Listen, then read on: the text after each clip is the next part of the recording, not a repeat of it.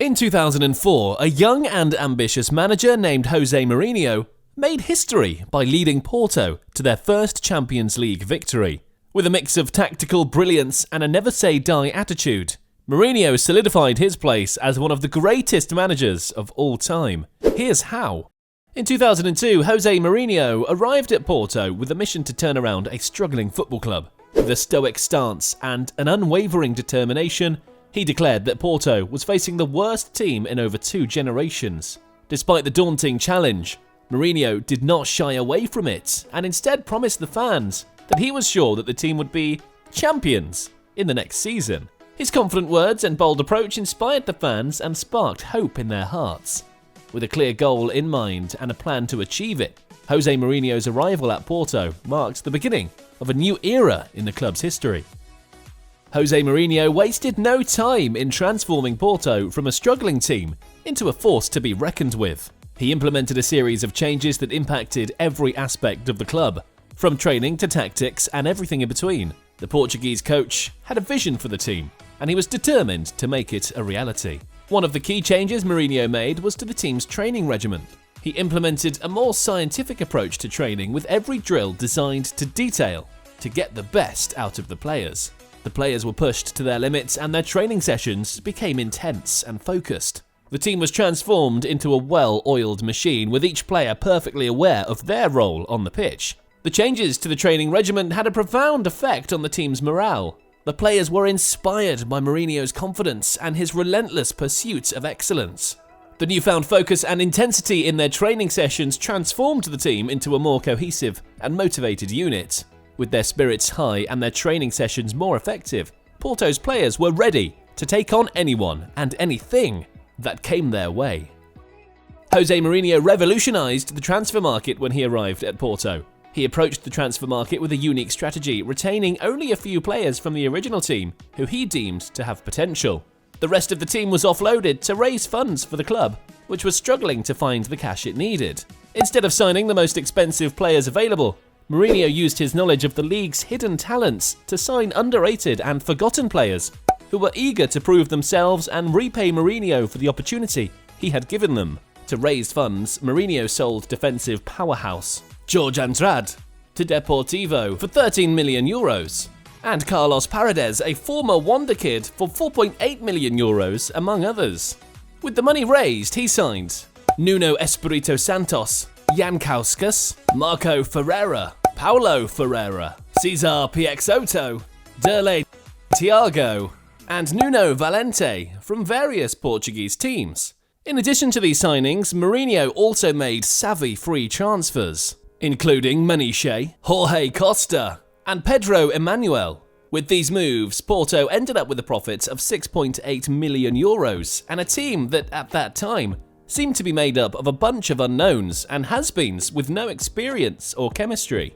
In his first full season at the club, Porto won the league title, obtained the highest points tally in history, and shocked the world by winning the UEFA Cup, defeating high-profile teams like Lazio and Celtic along the way.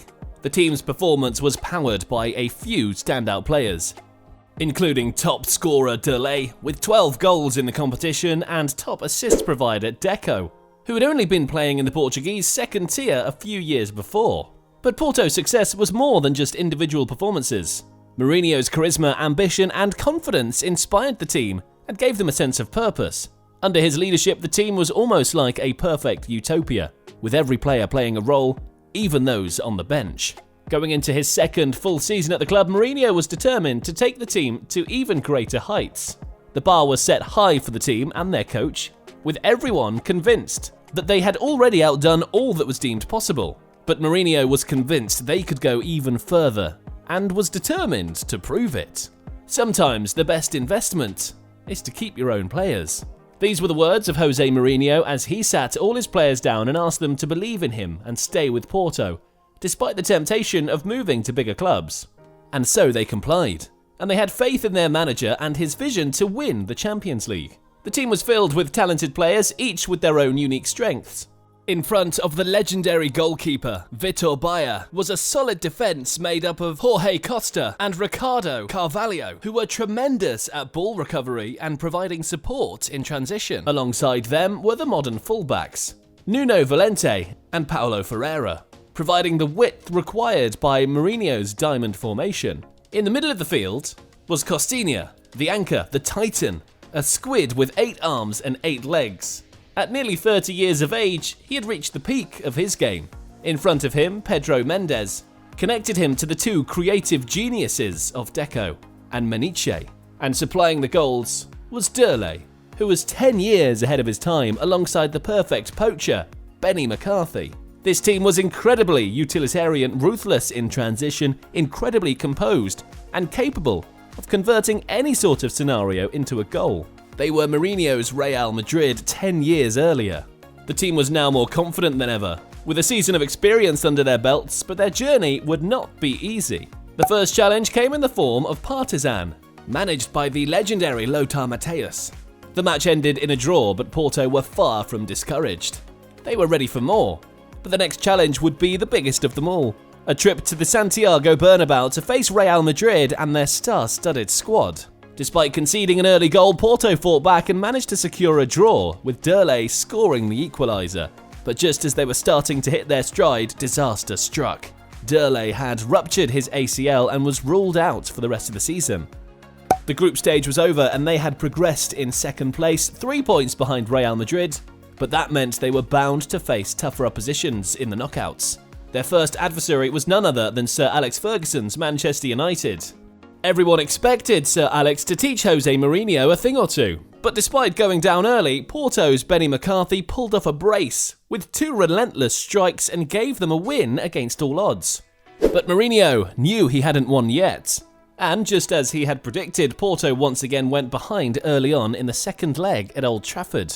With everything on the line, Mourinho subbed in Ricardo Fernandes, a free kick specialist, in the 75th minute. And in the 90th minute, Porto got the perfect free kick. Ricardo prepared to take it, but Benny McCarthy nudged him to the side and insisted he take it himself. Mourinho went crazy on the sideline, and then, bam, the ball went over the wall. Tim Howard got a hand on it, but Costinha smacked it on the rebound. Porto were through to the quarter-finals. With the underdogs all going in full force, Porto then met Lyon. They were no weak opposition, with a roster that included Juninho, Edmilson, Malauda, Eisen, Elba, and Diarra. They had won their league in 7 consecutive seasons and had humiliated Bayern Munich in the group stage. But Porto were in control the whole time, winning the first leg 2-0 and drawing the second 2-2, with Maniche being the hero. It was the semi-final of the Champions League and Porto were up against a formidable opponent, Deportivo, a team that was no less than Real Madrid or Barcelona. In fact, they had been battling with both of them for the top of Spanish football, and just 4 years earlier were the Spanish champions. The great AC Milan had fallen 4-0 before them, just weeks before the semi-final match.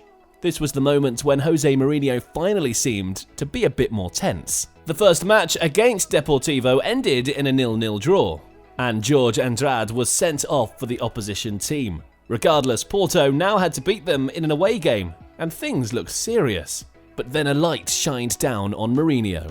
After 4 months, Derley had fully recovered from his injury and would be back for the away leg. This, combined with an interesting observation that Mourinho made, would change everything.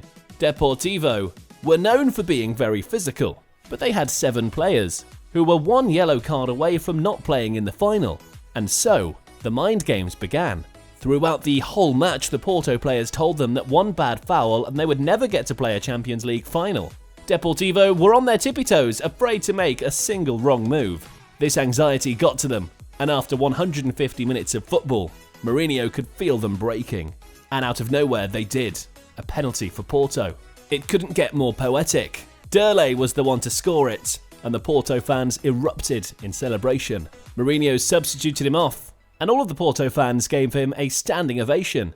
Derley looked up and was completely reduced to tears. He had taken Porto to the final once again. With all the other competitions wrapped up, Porto were headed to Gelsenkirchen, where they would face Monaco in the Champions League final. Don't let Monaco's lineup fool you.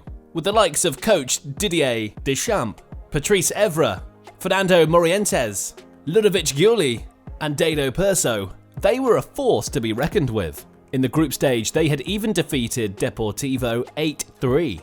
But Porto had something that Monaco didn't, and it showed on the night of the final. Porto dominated the game.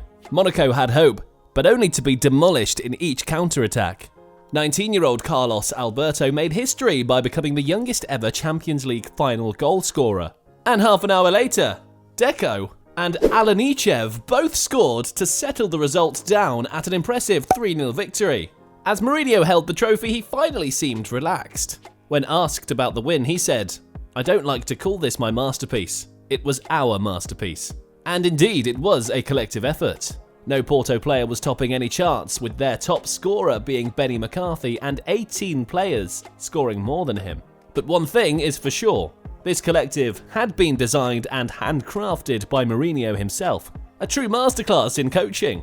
In 2 years, he transformed a struggling Porto side to becoming a Champions League winner.